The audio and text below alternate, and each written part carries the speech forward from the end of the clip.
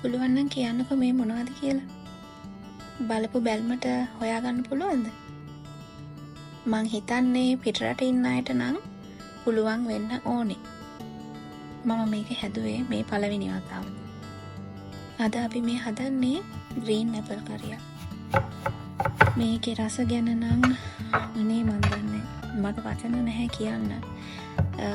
ඉස්සෙල්ලම මම කිවි කරි එකක් හැදුවට පස්සේ ඒකත් එක්ක බත් කද්දී මම හිතුවේ මෙහි තියෙන පළතුරු ಜಾති වලින් කරි එකක් හදලා රසටම කෑවේ කිවි කරි එක කියලා. ඒත් මං වැරදි. මම මේක කෑවට පස්සේ නම් ඇත්තටම මට ලංකාවේ අබ ඇඹුලක් කනවා හා සමානම රසක් තමයි දැනුනේ. මම හැදුවේ මේක අඹ අපි ලංකාවේ උයනකොට කිරෙන් හදලා පොඩි ටෙම්පරාදුවකුත් දානවනේ. අන්න ඒ විදිහට ටෙම්පරාදුවකුත් එක්ක තමයි මම මේක ඉව්වේ. මං හිතන්නේ ඒක නිසාමද මන් දන්නේ මේකේ රස දෙගුණ තෙගුණ වෙලා මට දැනුණා. අනිත් එක මං කාලෙකින් මේ වගේ කෑමක් හදපු හින්දාද මන් දන්නේ මට නම් අමෘත රසයි මේක. මම මේ හදපු විදිහ කාට හරි දැනගන්න ඕන වෙයි කියලා හිතිලා මං නිකන් ඉතින් වීඩියෝ එකක් කරා. මං දන්නවා පිටරට ඉන්න අය නම් දැන් ගොඩක් ලොකු ට්‍රෙන්ඩ් එකක් තියෙනවා මේ වගේ ලංකාවේ විදිහට උයන්න පුළුවන් පළතුරු ಜಾති, එළවලු ಜಾති හොය අපේ රසට හදන්න උත්සාහ කරන. ඉතින් ඒකටත් පොඩි උදව්වක් වෙන්න කියලා හිතාගෙන මටත් රස බලන්න උවමනාව තිබ්බ නිසා අපේ අම්මි හදන අඹ ඇඹුලක් මතක් කරගෙන මං මේක ඒ විදිහට හදන්න කියලා හිතුවා. ඉතින් මං වෙන්නපු විදිහට අර කියුබ්ස් වගේ සයිස් එකට ටිකක් ලොකුවට කපා ගන්න. මොකද මේ මම දැනන් හිටියෙත් නැහැ මේක හරිය ඉක්මනට තැම්බෙනවා. ඒක නිසා මේ චූටි කෑලි කැපුවොත් අර නිකන් ඔක්කොම චොප්ප වෙලා යනවා වගේ නිසා මම ටිකක් ලොකු කෑලි කපා ගත්තා. ඇට අයින් කරලා කෑලි කපාගෙන ඒකටම මේ විදිහට හීනියට කපලා බීලුණුයි සුදු ලුණුයි තක්කාලි කෑල්ලකුයි අමු මිරිසුයි ඕගොල්ලන්ට තියෙනවා නම් කරපිංචරම්පේ ඒවා ඔක්කොම දාගන්න. ඕගොල්ලන් සාමාන්‍යයෙන් අඹ ඇඹුලකට මේ දේවල් ඔක්කොම ටික දානවනේ. ඉතින් ඒ වගේම මේකටත් ඒ දේවල් ටික මුලින් දාලා කරපිංචරම්පෙයි ඒවා ටික ඔක්කොම දාලා ඊට පස්සේ දාන 3-5 ಜಾති වලින් මම මේකට දාන්නේ මිරිස් කුඩු තේ හැන්දක් විතර වගේ. මගේ මේ හැන්ද ටිකක් ලොකුයි තේ හැන්දට වැඩිය. ඒක නිසා ඕගොල්ලන් තේ හැඳි එක එක දාන්න. මම මේ ගත්තේ එක ඇපල් ගෙඩියයි. ඊට පස්සේ දාන්නේ මේ කහ කුඩු. ඊට කලින් මම දැම්මේ අමු 3-5 කුඩු. හැම එකෙම තේ හැන්ද වගේ දාන්න. මෙතන මම දාන්නේ ගම් මිරිස් කුඩු. ඊට පස්සේ ලුණු කුඩු හරි ඕගොල්ලන් ගාව ෆ්ලේක්ස් නම් තියෙන්නේ. ලුණු ෆ්ලේක්ස් හරි ওই විදිහට දාලා ඉස්සෙල්ලා මේක හොඳට අනා ගන්න.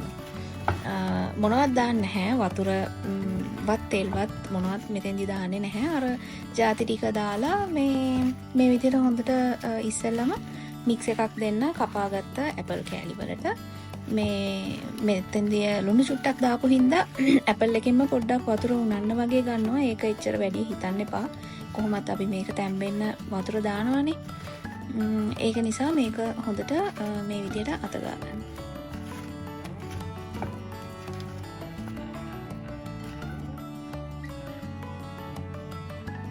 ඊට පස්සේ ටෙම්පරාදුවට තවත් කරපිංච ටිකකුයි රම්පේ කොළ ටිකකුයි දීලුණු කාලක් විතර වගේ ගෙඩියකින් කාලක් විතර වගේ චූටියට හීනියට ලියාගෙන අබයි සූදුරුයි කෑලි මිරිස් හරි. එහෙම නැත්නම් ඕගොල්ලන් ගාව මිරිස් කරල් තියෙනවා නම් මෙතෙන්දී චූටියට කෑලි වලට කඩලා ගන්න. අනිත් අමතක නොකරම දේ දාන්න ඕනේ බොර. මොකද මේ ග්‍රීන් ඇපල් එච්චර ඇඹුල නැහැනේ. ඉතින් අඹ වලට නම් සාමාන්‍යයෙන් ගොරක දාන්නේ නැහැ. මේ ග්‍රීන් ඇපල් එකේ අර තියෙන පැණි රස පොඩ්ඩක් යවා ගන්න ඕන නිසා මම මෙතෙන්දී ගොරක කෑල්ලක් පාවිච්චි කරනවා. ඊට පස්සේ භාජනයේට තෙල් ටිකක් දාගෙන අපි මෙතෙන්දි ඉස්සෙල්ලම දාන්නේ ටෙම්පරාදුව. තෙල් ටික රත් වෙනකොට අපි ටෙම්පරාදුවට දාන්න ගත්ත ඔක්කොම ටික මේ තෙල් එකට දාන්න. ඕගොල්ලන් ගාව සූදුරු මාදුරු නැති වුණාට ප්‍රශ්නයක් නැහැ. ඒක නම් මස් නැහැ. මම තිබ්බ නිසා මම සූදුරු ඇට ටිකක් දාගත්තේ. මොකද අපේ අම්මී මට මතකයි අඹ ඇඹුල හදනකොට එයා සූදුරු ඇට ටිකක් දානවා ටෙම්පරාදුවට. ඒක නිසා තමයි මම කලින්ම කිව්වනේ අර අපේ අම්මගේ අඹ ඇඹුල මං ඉන්ස්පයර් කරගෙන මේක හැදුවේ කියලා. ඒක නිසා මං මේ මගේ ටෙම්පරාදුවට සූදුරු දැම්මා. නැත්තම් ඕගොල්ලන්ගේ ගාව නැත්තම් ඒක අවශ්‍යම නැහැ. තියෙනවා නම් උළුහල් ටිකකුත් දාගන්න.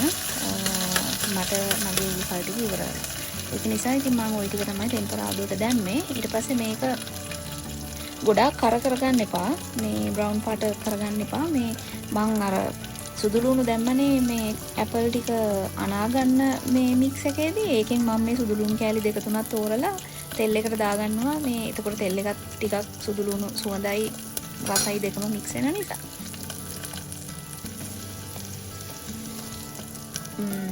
මෙතනදී තෙල් එකේ මේ අර ගත්ත දේවල් ටික බ්‍රවුන් කරගන්න එපා. සුවඳ එනකන් විතරක් ටෙම්පරාදු කරගන්න.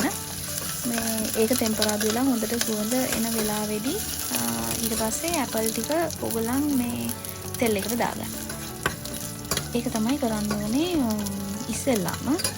ඒ කරලා තෙල් එකට ඇපල් ටික දාගෙන වතුර මොනවත් දාන්නේ නැතුව ඉස්සෙල්ලා හොඳට කවලම් කරලා මේ මූඩියෙන් වහලා විනාඩි 3-4ක් විතර වගේ උයා ගන්න.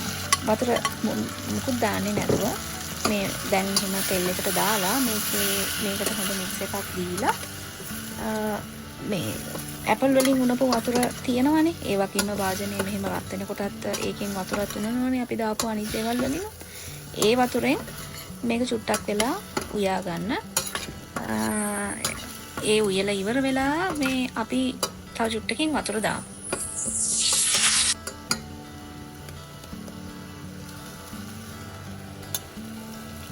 ඔයගොල්ලන් කලින් ඇපල් ටික අනාගත්ත මේ බෝල් එකේම ගෑවිලා තියෙන 3-5 ඒවා මේවා ටිකත් හොඳට සෝදලා අරගෙන වතුර චුට්ටක් මෙතනදී මම හිතන්නේ මම කෝප් භාගයකටත් වැඩි අඩුවෙන් වගේ කාලක් විතර වගේ වතුර කෝප්ප කාලක් විතර වගේ තමයි මම මෙතනදී දැම්මේ. මොකද මට ෂුවර් තිබ්බේ නැහැ මම මේ ඇපල් ගෙඩිය උයන පළවෙනි වතාව ෂුවර් තිබ්බේ නැති නිසා මේ වතුර හරිය අඩුවෙන් මම පාවිච්චි කරේ. ඊට පස්සේ වතුර ටික දාලා මම හිතන්නේ මම විනාඩි 5ක් විතර උයා ගත්තා මේක.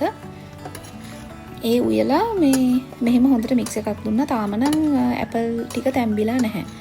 වතුර චුට්ටක් තියෙනවා තාම අඩියේ. මම ආයෙත් වතුර වැඩි කරන්න ගියේ නැහැ.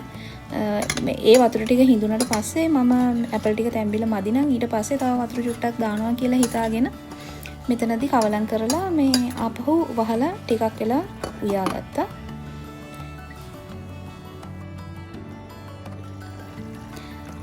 මේ වෙලාවෙදී නම් හරිය සුවඳයි.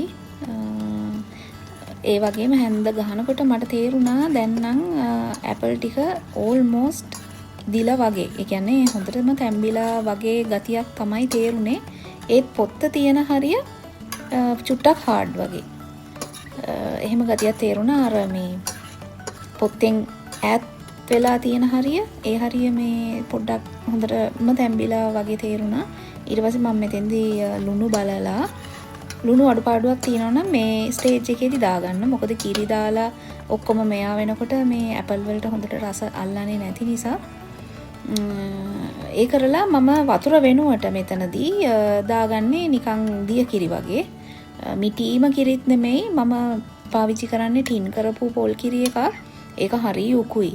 ඉතින් මට හිතුණා මේක අර ගොඩාක් උකුවට අනිත් එක මම හොද්දට වගේත් නෙමෙයි මේක හදන්නේ. ඇඹරෙල්ල වගේ කරි එකක් හදනකොට අපි අර හොඳ කිරි ගොඩාක් දාලා හොදීවට නෙමෙයිනේ. අර නිකන් ඒක මේ හින්දලා නිකන් බොරේට වගේනේ හදන්නේ. ඉතින් ඒ වගේ වෙන්න ඕන නිසා මම මේ එක සැරේම මෙතනදී කිරි දාගත්තා. ඒකල මේක කිරෙන් ඉතුරු ටික අර පොත්ත හරිය වගේ ටිකනේ පොඩ්ඩක් හાર્ඩ්වට මට තේරුනේ.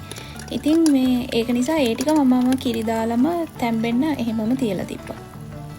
දැන් ආයෙත් මේකේ හැඳි ගාලා කවලම් කර උයන්න දෙයක් නැති හින්දා අන්තිමට මම මේක උඩට බැදපු 3-5 කුඩු වලින් චුට්ටක් උඩට ස්ප්‍රින්කල් කරා. මේකත් අපේ අම්මිගේ මේ කෑම රස කරන එක ට්‍රික් එකක්. අම්මි විතරක් නෙවෙයි මට මතකයි මේ අපේ ආච්චම්මත් මේ ඔය අල ඒව මේවා උයලා ඉවරන ගමන් මේ වගේ උඩට ගඩපු තුන්කා කුඩු ටිකක් ඉහිනවා. ඒවම ඉස්සෙල්ම මේ කරියකට මේ හරි අමුතු සුවඳකුයි රසකුයි දෙකම එකතු වෙනවා. මොකද බැඩ 3-5 වල තියෙන අමුතුම රසක් නේ.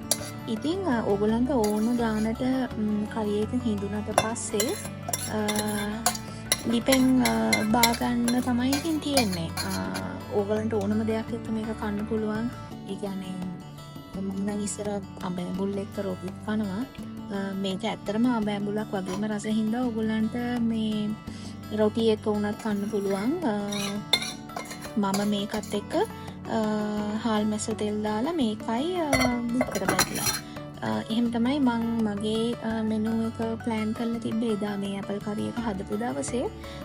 ඉතින් මම මේ ගානට මේ ලොකුවට අර හොදි හිතුන්නේ නැති වෙන්න මේ විදිහට හින්දලා තමයි අඹ කරි එක ඇපල් කරි එක හදාගත්තේ. ඉතින් ඕගොල්ලොත් කාලා බලලා රස කියන්න. කවුරු හරි මේ වීඩියෝ එක බලලා මේක මේ විදිහට හැදුවනම් මගේ Facebook page එක තියෙනවා. ඒකේ ඕගොල්ලන්ට ඕගොල්ලන් හදපු එක ෂෙයා කරන්න පුළුවන්. එහෙනම් තව අලුත් වීඩියෝ එකකින් එන්න.